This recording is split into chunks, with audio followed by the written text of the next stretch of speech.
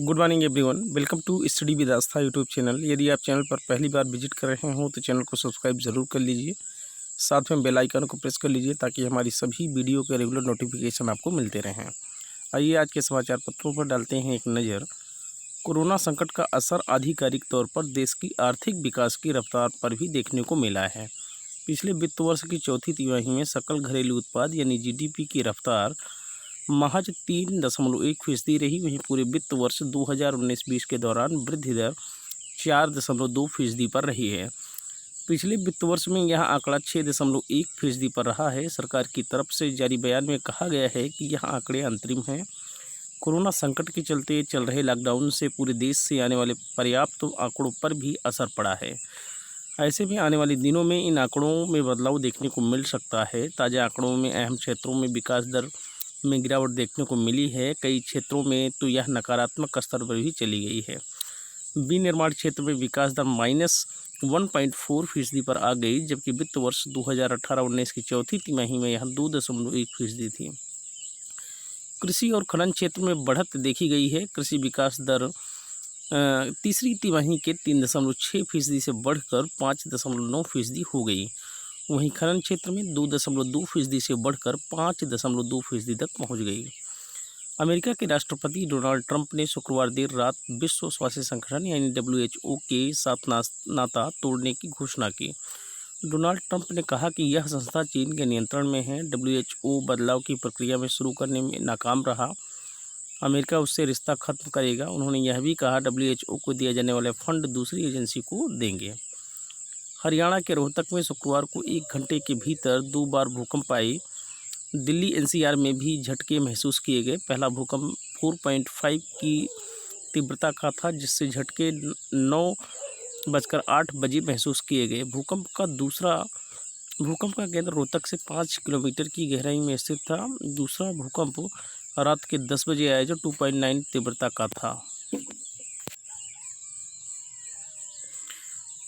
देश में शुक्रवार सुबह तक 24 घंटे के दौरान कोरोना से 175 लोगों की मौत हो गई, जबकि संक्रमण के रिकॉर्ड 7,446 नए मामले सामने आए। देश में कोरोना से मरने वालों की संख्या 4,706 हो गई है, जबकि चीन में अब तक कोरोना से 4,638 मौतें हुई हैं।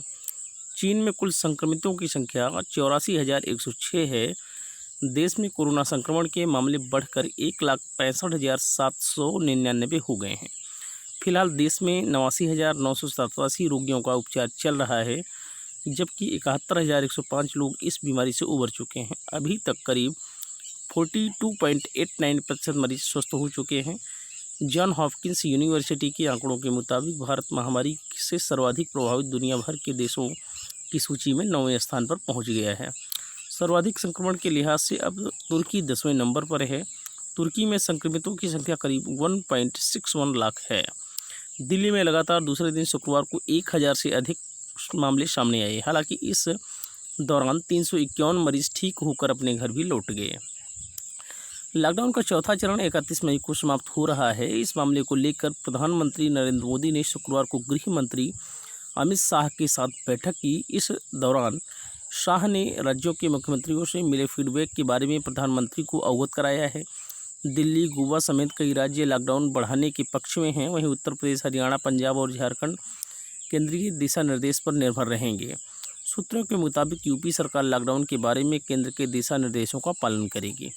केंद्र सरकार राष्ट्रव्यापी लॉकडाउन को लेकर अपनी भूमिका को सीमित करते हुए राज्यों और केंद्र शासित प्रदेशों को अपने अपने अधिकार क्षेत्रों में 1 जून से कड़े प्रतिबंध या अतिरिक्त छूट देने पर निर्णय लेने की छूट दे सकती है। हालांकि केंद्र सरकार देश में सबसे ज़्यादा प्रभावित 30 नगरपालिका क्षेत्रों में कोविड-19 निरोधी क्षेत्रों में कड़े प्रतिबंधों को जारी रखने के लिए राज्य के अधिकारियों को सलाह दे सकती है।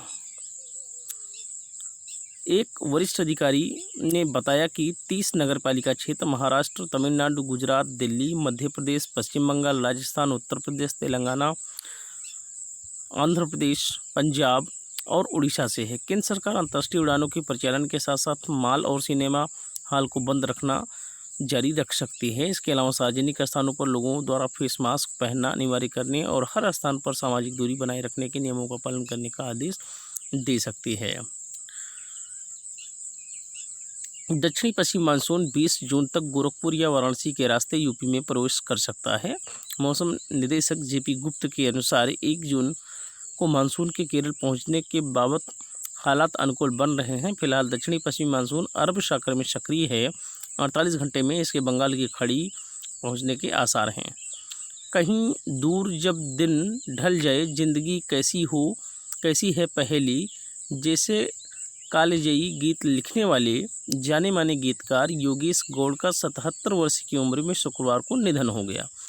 उनका जन्म लखनऊ में हुआ था। उनके निधन से कलाकारों में शोक की लहर दौड़ गई है। लॉकडाउन बढ़ने पर 31 मई को जारी होने वाली 69,000 सहायक अध्यापक भर्ती की चयन सूची में नाम ही अभ्यर्थियों के लिए पास का काम करेगा। इसके लिए शासन की ओर से जिलाधिकारी और पुलिस विभाग के अफसरों को जल्द निर्देश दिए जाएंगे। उन्हें अपने आवंटित जिलों में काउंसलिंग के लिए जाने से नहीं रोका जाएगा। ऐसे अभ्यर्थियों के दस्तावेजों की जांच के बाद यात्रा की अनुमति मिलेगी। सबके मन में एक ही सवाल है कि रास्ते में कहीं रोक तो नहीं दिए जाएंगे। इसी बात को ध्यान में रखते हुए बेसिक शिक्षा परिषद की ओर से शासन को प्रस्ताव भेजा गया है। सूत्रों के अनुसार 3 जून को काउंसलिंग से एक दिन पहले महानिदेशक स्कूली शिक्षा विजय किरण आनंद वीडियो कॉन्फ्रेंसिंग के जरिए आवश्यक दिशा निर्देश भी देंगे। 69,000 शिक्षक भर्ती के लिए काउंसलिंग 3 से 6 जून के बीच होगी।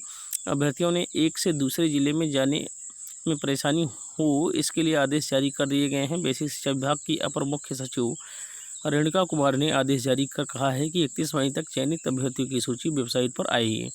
लॉकडाउन के चलते अभ्यर्थियों को काउंसलिंग में भाग लेने के लिए अन्य प्रमाण पत्रों के अलावा शिक्षक भर्ती की परीक्षा व भर्ती के आवेदन पत्र में अंकित पहचान पत्र और आवंटित जिलों की सूची का पहला पन्ना और जिस पन्ने पर अभ्यर्थी का नाम होगा।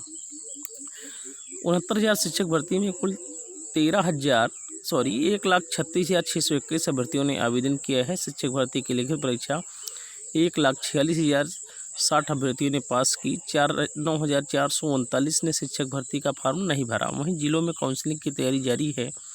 शिक्षक भर्ती की मेरिट 31 मई को जारी हो सकती है। माना जा रहा है कि भर्ती छोड़ने वालों में वे अभ्यर्थी शामिल हैं जो 68,500 शिक्षक भर्ती में नौकरी पा चुके हैं, लेकिन बेहतर जिला पाने की कोशिश में इसमें भी शामिल हुए हैं। 68,500 शिक्षक भर्ती 2018 में हुई थी और कई चक्रों में भर्ती और गड़बड़ियों होने के कारण मेरिट वाले अभ्यर्थी मनचाहे जिलों से वंचित रह गए और कम मेरिट वाले अभ्यर्थियों को मनचाहे जिले मिल गए। ऐसे अभ्यर्थियों ने इसकी परीक्षा भी दी थी, लेकिन समकक्ष पद की एनओसी न मिलने के नियम के कारण इन्हें पीछे हटना पड़ा।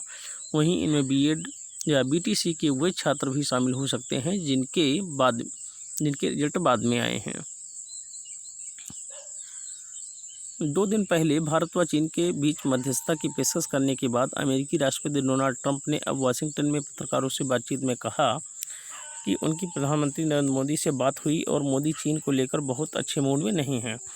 भारत व चीन के मौजूदा सीमा तनाव को देखते हुए इस बयान का खासा महत्व है, लेकिन जैसे ही मीडिया ने इस बयान को दिखाना शुरू किया, भारतीय विदेश मंत्रालय ने इस बात से साफ इनकार कर दिया कि पीएम नरेंद्र मोदी और राष्ट्रपति ट्रंप के बीच हाल ही में कोई बातचीत भी हुई है। ऐसे में सवाल यह उठ रहा है कि क्या ट्रंप किसी रणनीति के तहत ऐसी बयानबाजी कर रहे हैं।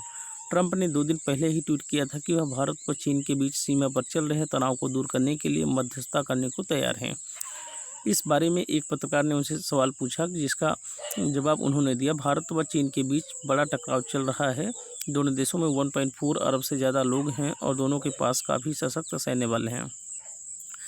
भारत खुश नहीं है और संभवतः चीन भी खुश नहीं है। मैं आपको बता दूं कि मैंने पीएम मोदी से बात की थी और वह चीन को लेकर अच्छे मूड में नहीं है।